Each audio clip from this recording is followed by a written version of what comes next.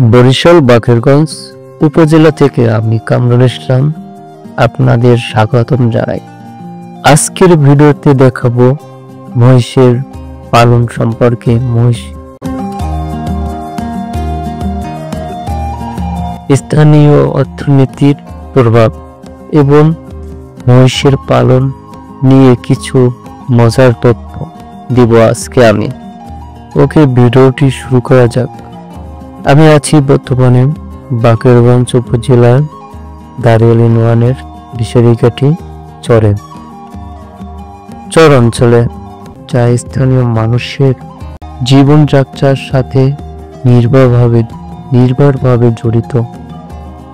মহিষের পালন স্থানীয় অর্থনীতি গুরুত্বপূর্ণ যেরকমের ভূমিকা পালন করে, তেমনি দুধ, মাংস এবং পরিবহনের কাজেও ব্যবহার করা হয়। মহিষের পাল স্থানীয় সংস্কৃতি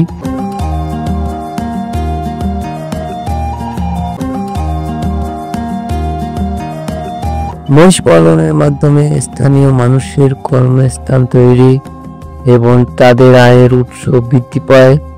মহিষের দুধ ও মাংস স্থানীয় বাজারে নিয়ে বিক্রি করা হয়, যা প্রচুর লাভবান হয়।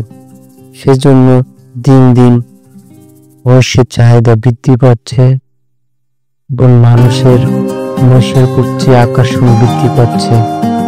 গরুর চেয়ে মহিষের জন্য লাভবান বেশি হচ্ছে, তাই বিভিন্ন জায়গায়, বিভিন্ন চরে, বিভিন্ন স্থানে মহিষের পালন পদ্ধতি এবং পালন করা হচ্ছে।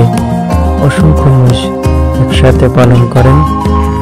যেই যে দেখতেছেন মহিষের পাল, প্রায় 200 মহিষ এখানে মহিষ আনা হয়েছে।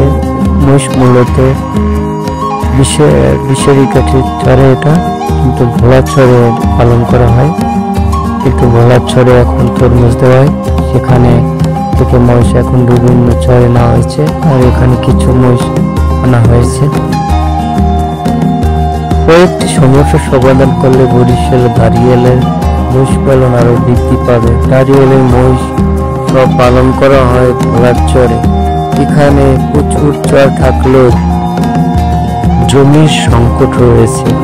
এটি দূর